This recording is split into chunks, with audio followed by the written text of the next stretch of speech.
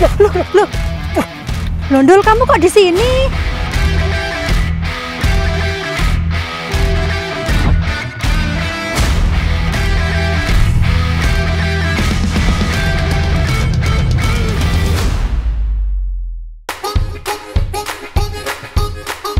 Akhirnya jarang-jarang aku dapat istirahat begini, Lur.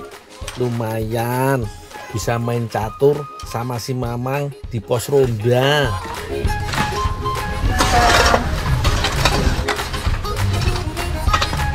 Mana Bunda?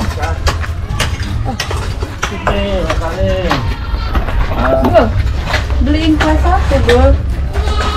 Nong, kabar dong? Ih, lu beliin kue sate ya, Bul. Bentar ini lagi aku, ini mau menang ini aku. Jangan lama-lama ya. Aduh. Sana ya. Nong, Jangan lama-lama, Bul. maaf kan? Ya, si Nida baru juga mau menang main catur, malah disuruh beliin kue. Gak bisa lihat orang nganggur. Ya udah deh, berangkat.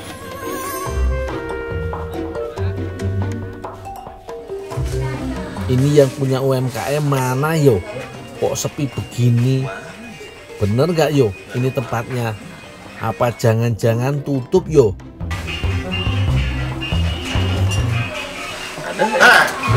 Ngapain bengong-bengong aja? Ini bawa ke sana. Hah? Iya ini bawa ke sana ke belakang. Karung ini? Iya.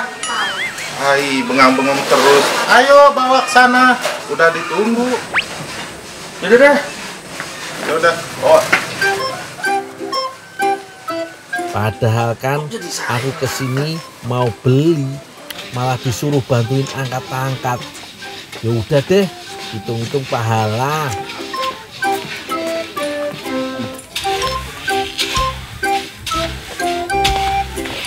Mang? Ya. Karung taruh di mana, Mang? Oh, di sana aja ditaruh. Taruh sini? Di bawah aja taruhnya. Tolong bawain ini yang matang digiling. Oh, gitu. Ya. Semua ini? Iya ya, Dul. Digiling, Dul.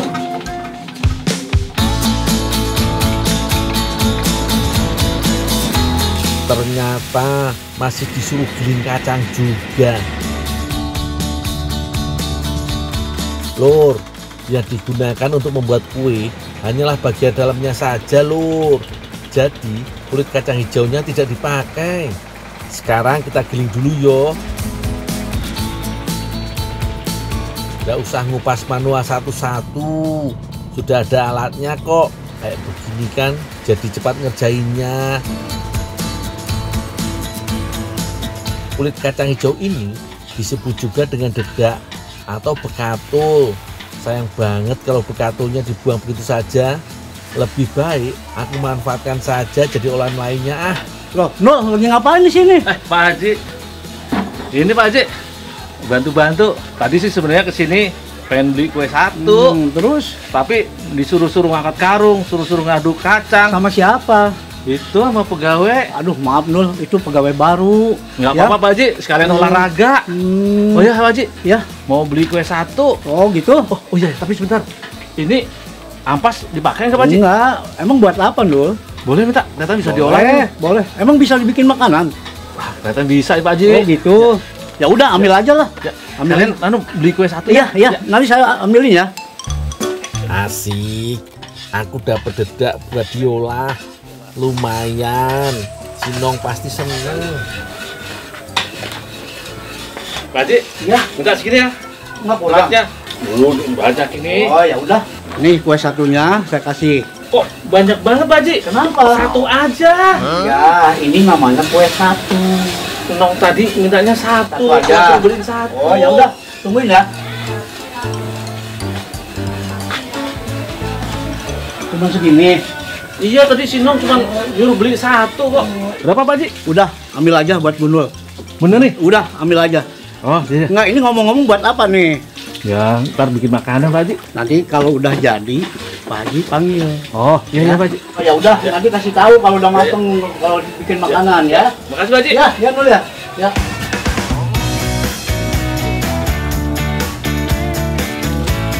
Sekarang kita lanjut lihat UMKM ini buat kue satunya yo, Lur.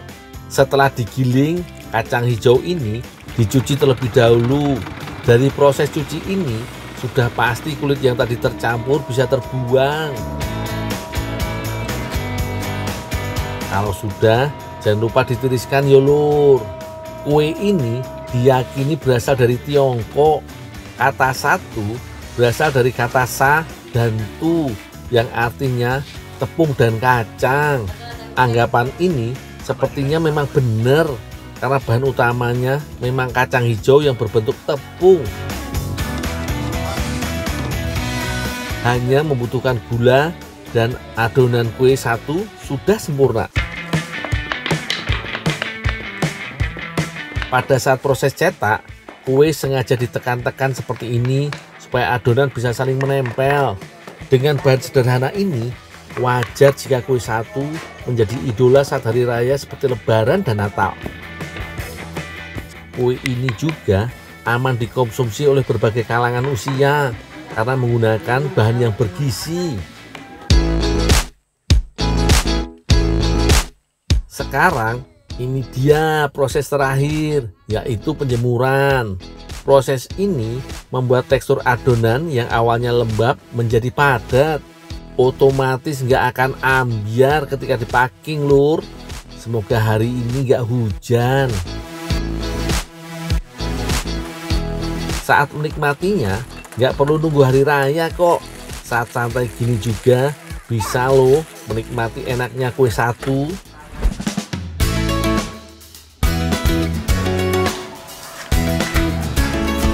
Mang, Ya, nih kuenya. Nah, kok cuma satu? Tadi kan suruh belinya kue satu. Nama kuenya kue satu, bukan satu biji. Aku tadi lagi main catur, agak konsentrasi. Saya kira suruh beli kue satu. Yaudah dah, nanti aku beliin lagi tempat Pak Haji. Terus itu bawa apa? Nah, ini kulit kacang hijaunya nong. Aku buat makanan. Kita bikin kue kering aja. Kue kering? Ya. Boleh boleh. Yaudah, ini aku ayak dulu aja, biar aku pisahin bekatulnya. Nanti aku anterin ya. Iya, nanti aku siapin bahan-bahannya. Yaudah, aku ayak dulu ya. Ya. Setelah lihat UMKM tadi, aku nggak mau kalah lur. Aku dan Nong Mida juga mau membuat kue yang enak, tapi bahannya adalah bekatul. Kita ayak dulu ya lur, supaya bekatul ini teksturnya bisa sehalus tepung. Walau merupakan sisa gilingan, tapi ternyata bekatul kacang hijau ini juga bermanfaat lur. Bekatul kacang hijau kaya akan serat sehingga baik untuk pencernaan. Bekatul juga cocok bagi yang sedang menjalani diet. Nong Mida sudah siapin nih bahan-bahan untuk membuat kue keringnya. Bahan-bahannya seperti biasa kok, seperti telur, gula, mentega, dan tepung terigu. Pertama-tama semua bahan tadi diadon ya lur. Nong, nih tepung kulit kacang hijaunya udah tak saring. Oh iya Ndul, makasih. Aku bisa bantu apa Nong? Gak usah, biar aku aja yang buat. Beneran ya? Iya. Nanti kalau udah mateng, aku kabarin ya. Ya. Tinggalin Nong ya. Iya Ndul. Tepung kulit kacang hijaunya dicampur deh dengan adonan. Warnanya berubah jadi kecoklatan. Gak masalah lur, yang penting rasanya enak dan juga berkhasiat. Cookies pasti akan semakin enak kalau pakai berbagai macam topping. Tenang, sudah disediakan lengkap kok sama Nong Mida. Ada jelly, kacang kenari, dan sereal.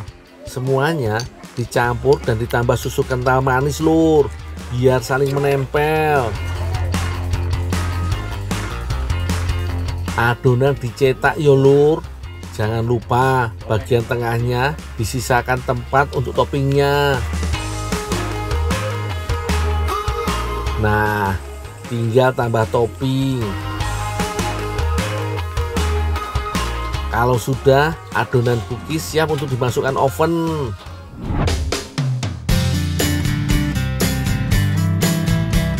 Yang dilihat-lihat tampilannya mirip dengan pai susu Bali ya lur. Cuma ini nggak pakai susu. Nah iki seperti yang udah diduga, kudapan ini enak banget rasanya. Ada rasa gurih dari cookies dan rasa manis dengan tekstur krenyes-krenyes dari toppingnya.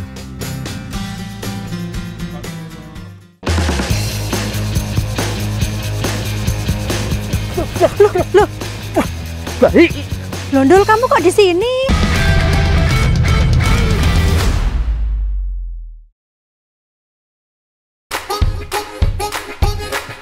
Aku sedang menikmati hidup di Pulau Bawean, Kabupaten Gresik, Jawa Timur, lur. Hembusan angin laut dan indahnya pemandangan pantai bikin mataku kriep-kriep. Tinggal 5 watt iki. Bubuk cantik sebentar, bisa keles. Loh. Baik. Mbak Hani. Londol, kamu kok di sini? Wah, ngaget orang istirahat baik. Mau Maaf, dirobek Londol. pasir. Ya adalah, mau istirahat sebentar aja, kok susah tenan. Malah dikepret pakai pasir. Mbak ini mau kemana, Mbak? Mau nyari teripang, Dul, mumpung ini surut. Wah, cari teripang mah nggak di sini, Mbak. Sebelah sana tuh loh, Mbak. Gimana kalau kamu bantuin aku, Dul, nyari teripang? Boh, ayo, Mbak. Mbak Hani. Mau dimasak apa tuh, Mbak, teripangnya, Mbak? Ada lah pokoknya, Dul. Atau kamu aja, Dul, yang nyari teripang. Biar aku yang nyiapin bahan, biar cepet. Ajakan Mbak Hani, yo nggak bisa aku tolak lah. Tidurnya nanti aja. Kalau perutku kenyang, tidurku pasti lebih nyenyak. Yang banyak ya, Dul, ya. Oh, iya, Mbak. Wah, gampang itu. Makasih, Dul. Ya. Dul. Ya, Pak. Nanti teripangnya sekalian rebusin ya. Dibersihin sekalian. Iya, sekalian, Dul. Potong-potong sekalian enggak? Sekalian wes, Dul, semuanya buat kamu. Oh, ya, Pak. Ya.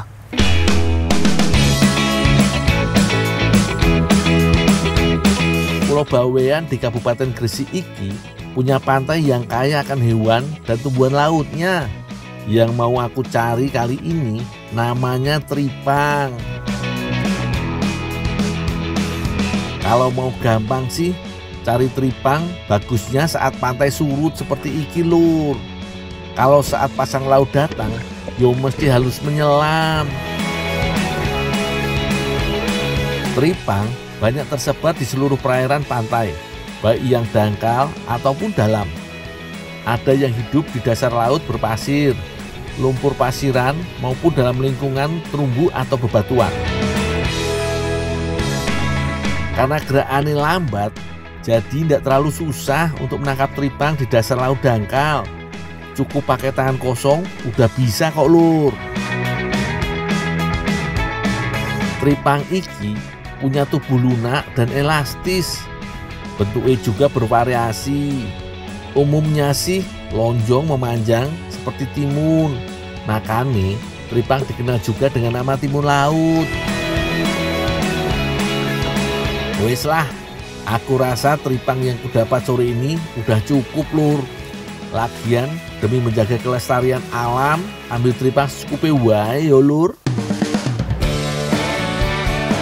Sesuai pesanan Mbak Hani, aku langsung membersihkan teripang. Caranya dengan direbus terlebih dahulu, lur. Di pasaran, teripang memiliki harga yang cukup tinggi. Sekilonya mencapai 50 juta, lur. Maklum deh, hewan mungil iki tinggi nutrisi dan punya banyak manfaat. Biasanya teripang akan dikeringkan untuk dikirim ke pabrik-pabrik besar industri pangan, obat dan kosmetik. Makanya tidak banyak masyarakat yang menyantap teripang untuk menu sehari-hari. Tapi bukan berarti teripang tidak enak dimakan yo. Justru iki panganan spesial, lur. Nah, kalau udah direbus, membersihkan teripang jadi lebih mudah. Cukup kerok untuk menghilangkan sisa lapisan lendir pada bagian luar tubuh teripang. Sekarang tinggal belah untuk membuang kotoran di dalamnya. Di habitat aslinya, Tripang menyantap plankton dan menyerap kandungan zat organik di dalam lumpur atau pasir. Jadi biasanya bagian dalam tubuh tripang yo penuh dengan air atau pasir lur. Sip lah. Terakhir tinggal ku potong-potong air tripangi biar mudah menyantapnya. Nggak usah besar-besar yo.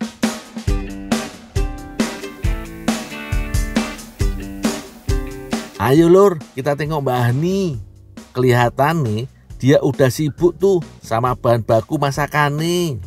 Bahan-bahannya ada gula, wijen, ketumbar, cabai rawit, garam, bombay, lemon, bawang, kacang tanah, saus tiram, kecap asin, tepung maizena, tomat, wortel, dan daun bawang.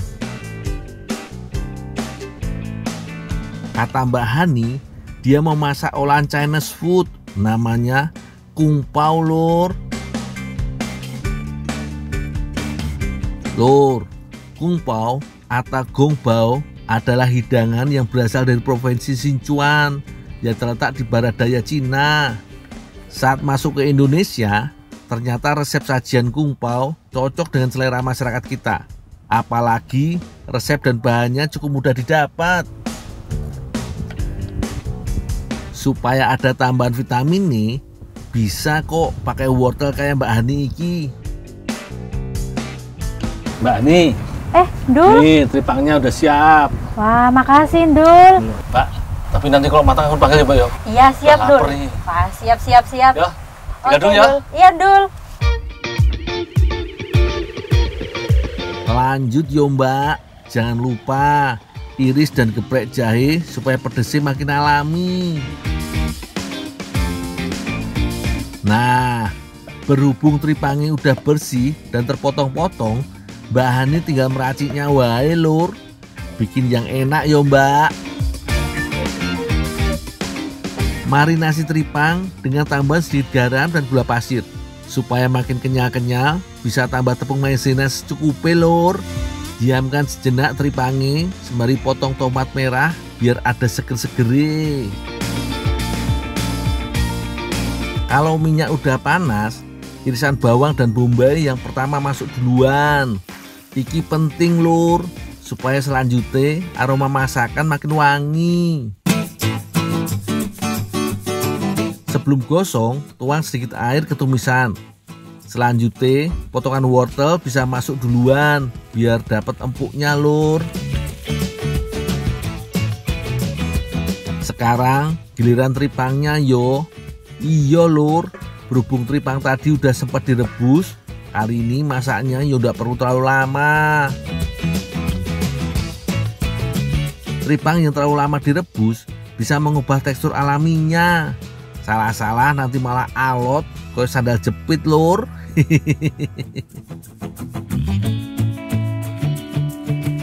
Lanjut lur, kalau air sudah mulai menyusut, tuang kecap asin, kecap manis, dan saus tiram sebagai penambah cita rasa. Nah, supaya ada krenyes-krenyes sih, kung pao kudu wajib pakai tambahan kacang. Bisa kacang nite atau kacang tanah juga boleh. Tinggal peras jeruk untuk memberi sentuhan rasa asam. Gimana Mbak? Kalau kurang pas, silahkan koreksi rasanya yo. Sip lah. Terakhir tinggal tomat dan daun bawang, lalu tunggu hingga matang. Mantep iki. Nah, iki lur hasilnya. Kung pao tripang dari Pulau Bawean. Makin cantik dan menggugah dengan taburan wijen di atasnya. Udah ndak sabar pengen kulahap.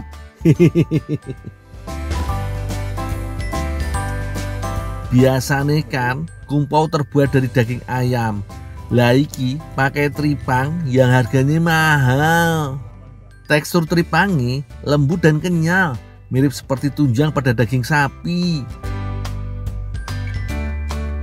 Tripang iki kaya akan kolagen. Itu loh, sejenis protein yang mampu menjaga kesehatan kulit. Makan tripang berarti bikin kulit glowing dan gak gampang keriput loh ibu-ibu.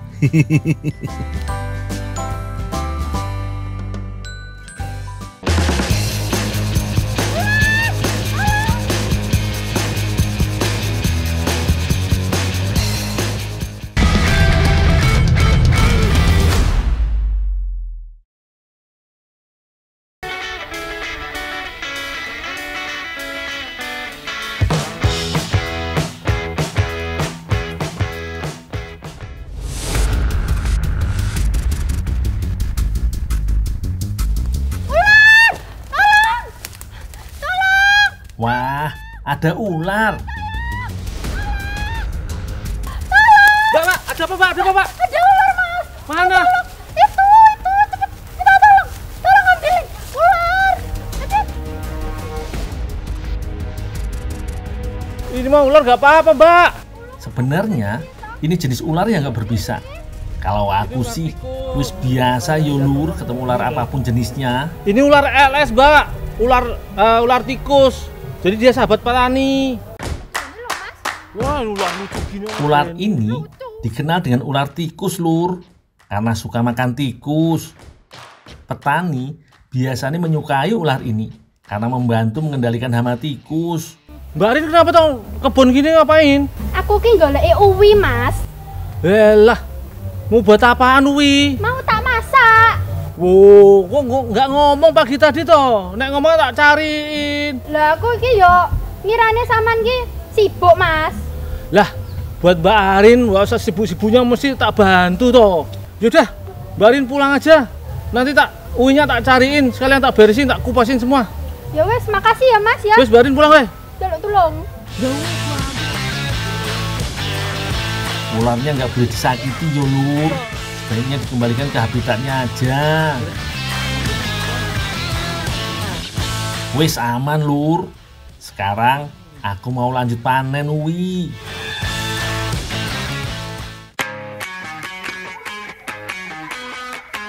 Umbi uwi termasuk perdu yang memanjat. Rambatannya bisa mencapai ketinggian 3-10 meter.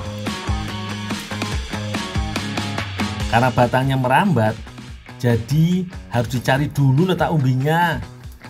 Kalau sudah ketemu, bisa langsung digali. Nyangkulnya kudu pelan-pelan, supaya umbinya nggak terkena cangkul. Setelah umbinya mulai terlihat, bisa dikorek pakai tangan.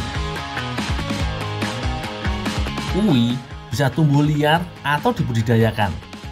Kalau yang di sini sudah dibudidayakan lur, tapi baru sebatas untuk memenuhi kebutuhan keluarga. Uwi bisa menjadi pangan alternatif yang menyehatkan lur, terutama untuk mereka penderita diabetes. Dul, aku tak boleh tunggal teh dul gitu kan dul. Oh iya, Pak. Wah, gede juga uwine lur. Aku harus pelan-pelan ngambilnya supaya uwi nggak patah. Tapi tetap harus pakai tenaga ngambilnya. Akhirnya selesai juga ngambil uwi.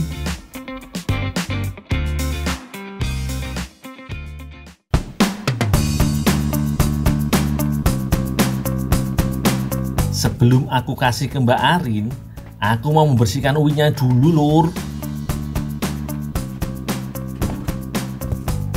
Kupas dulu uwinya yo, karena ukurannya jumbo.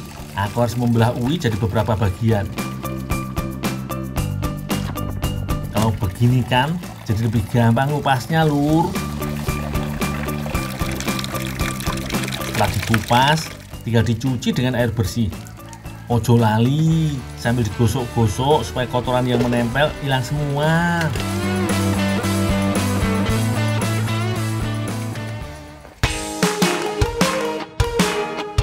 Mbak Arin dan Bu Muti mau bikin uwi gratin. Katanya sih ini makanan dari Prancis yang aslinya terbuat dari kentang. Uwinya dijadikan pengganti kentang lur. Bahan-bahan lainnya antara lain bawang putih, pala, seledri, keju cheddar, mozzarella, garam, lada, mentega, tepung maizena, susu cair, bawang bombay dan gula pasir. Potong-potong bawang putih dan bawang bombay. Keju mozzarellanya juga diiris-iris. Kalau biji palanya diparut yo. Ojo lali dipecah dulu kulit luarnya. Setelah itu, iris seledrinya tipis-tipis. Nih uinya, kayak janjiku tadi toh. Sudah tak bersihin. Terima kasih ya, Ndul ya. Ya. Ada yang bisa tak bantu lagi, Pak? Sudah, Ndul. Nanti kalau ada yang perlu dibantu, saya panggil, oke? Oh, ya, Pak. Sekarang saatnya memotong si bintang utama. Potong uwi tipis-tipis.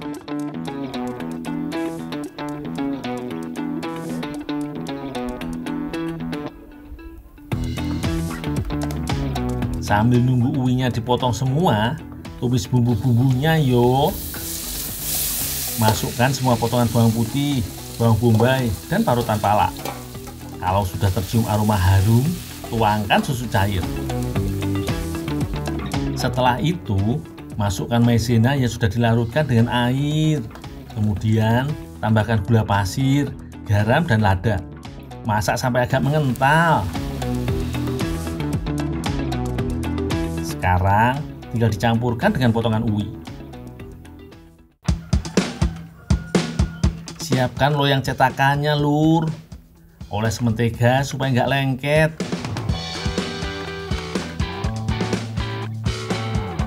Masukkan adonan ke loyang sambil diratakan.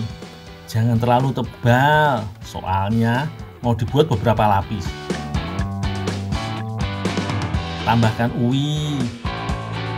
Kemudian keju mozzarellanya di atasnya. Lakukan sampai penuh di loyangnya yo. Kalau sudah, tambahkan parutan keju cheddar dan taburi irisan seledri.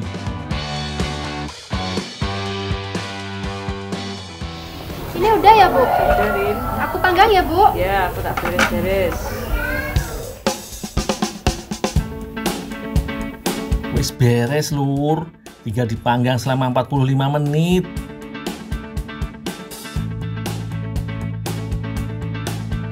Kalau sudah agak berwarna coklat dan kering, tandanya uwi gratin sudah mateng.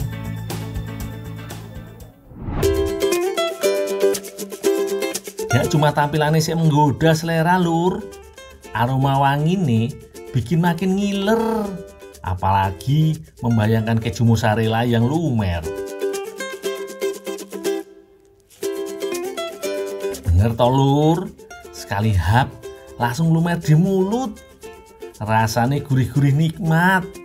Teksturnya juga unik. Pas dikunyah gak cuma lembek, tapi ada sensasi renyah dari uwinya. Mantep po, Lur. Apalagi uwi iki manfaatnya banyak toh buat kesehatan.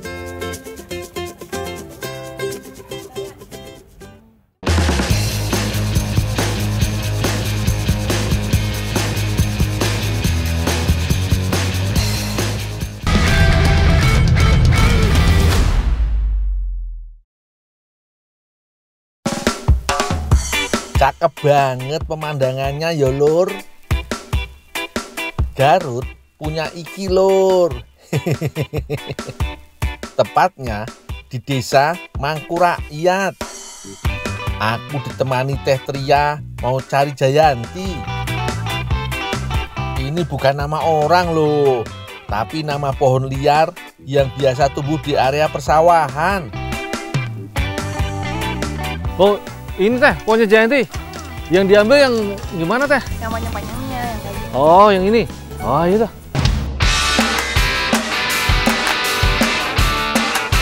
Pohon Jayanti banyak ditemukan di Pulau Jawa. Hampir semua bagian pohonnya bisa dimanfaatkan loh. Banyak gak, Dul, di atas? Banyak, Teh. Hati-hati ya. Ya, Teh. Kalau hari ini sih aku mau ambil bijinya saja, Lur. Pohonnya memang nggak terlalu tinggi, tapi letak bijinya itu loh lumayan sulit dijangkau.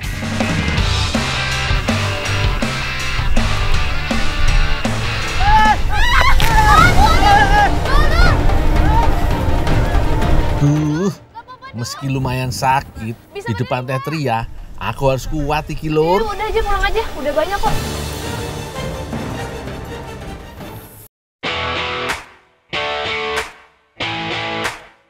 Hari ini aku mau bikin kue cika, kue tradisional dari Jawa Barat.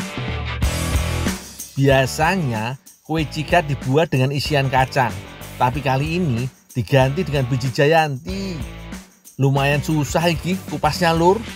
Biji jayantinya juga kecil-kecil banget.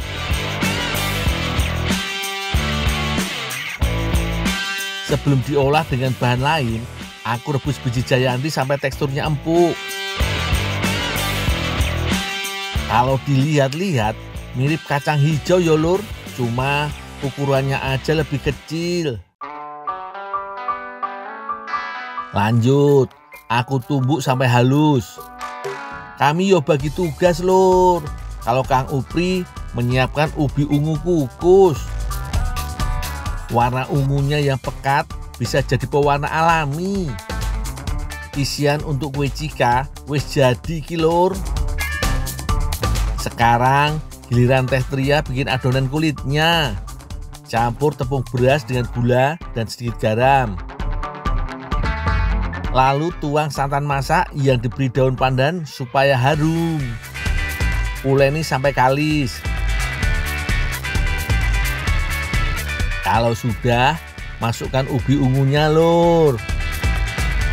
Uleni lagi sampai tercampur rata. Kalau adonan sudah jadi, tinggal cetak aja lur. Dari pertama kali diciptakan, kue cika dicetak manual seperti ini. Isi dengan biji jayanti yang sudah kubikin tadi. Semakin banyak isiannya, semakin puas makannya lur. Jangan lupa kasih alas daun pisang supaya nggak lengket saat dimatangkan nanti.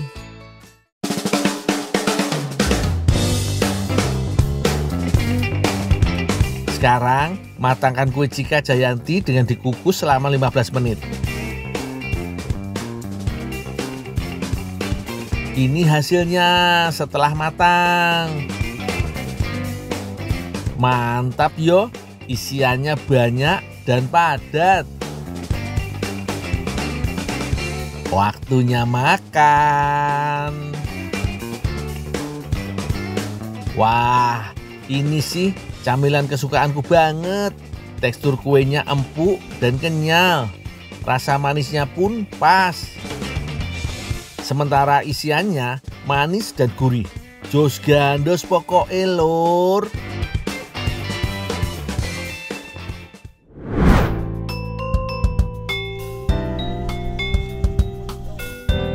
Hari ini aku berada di Pulau Bali, tepatnya di Desa Baturiti, Tabanan. Di desa ini terkenal akan tanaman bunganya, salah satunya adalah bunga marigold atau yang kerap disebut bunga gemitir oleh warga setempat. Ini lucu banget bunganya. Mau? Bagus banget. Nih, saya petik nih.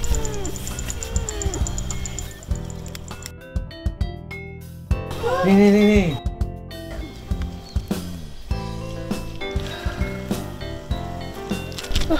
Kok dimakan? Enak loh ini. Ya ampun, aku baru tahu loh. Bisa dibikin makanan juga.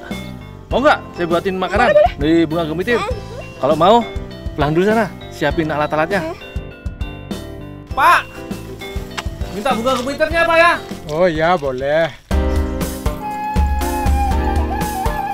Bunga gemitir sebenarnya memiliki kandungan manfaat jika dikonsumsi.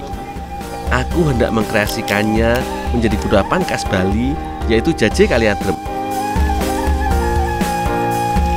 Setiap harinya, gemitir yang dipanen dapat mencapai 2-10 keranjang.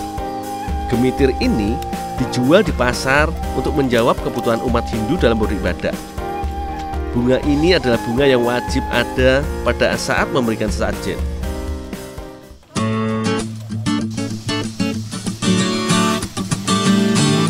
Karena cuaca belakang ini selalu hujan, gemitir harus dijemur terlebih dahulu. Gemitir yang mengandung air akan cepat busuk sehingga tidak laku untuk dijual. Gemitir yang hendak kuolah juga kujemur agar mudah untuk dicampurkan dalam adonan nantinya. Dul, ya Pak. Bunganya mau bikin jajan yang enak ya. Oh, ya Pak. Makasih ya Pak ya. Ya.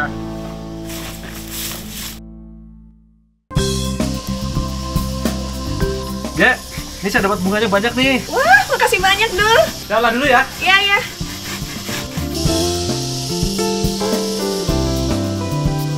Bunga yang hendak kuolah, kupisahkan dulu antara kelopak dengan bijinya. Air rebusan kelopak bunga gemitir rupanya dapat dijadikan obat untuk keracunan.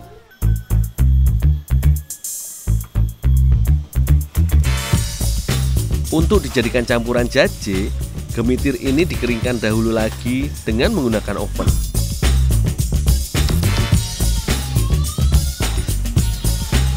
Dengan tungku api, waktu yang dibutuhkan untuk mengeringkan gemitir cukuplah singkat, yaitu berkisaran antara 15 hingga setengah jam saja.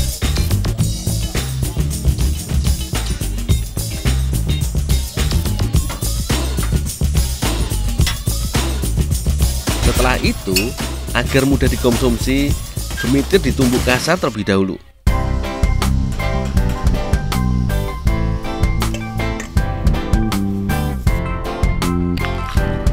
Sengaja aku menumbuknya tidak terlalu halus agar tekstur bunganya masih terasa nantinya.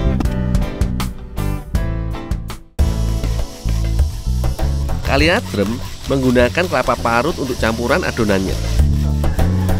Mbok Egi menyiapkan adonan jaje yang terdiri dari tepung beras, gula pasir, dan sedikit garam.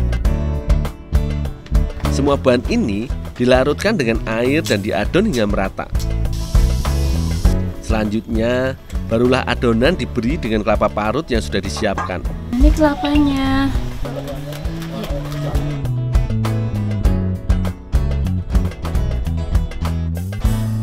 Ya Kak, bunga gemitirnya Kak udah ditumbuk Kak. Makasih Mas Kun. Ya.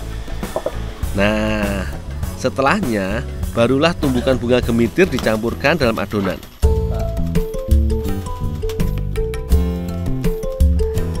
Adonan diuleni lagi hingga kalis dan siap untuk dicetak.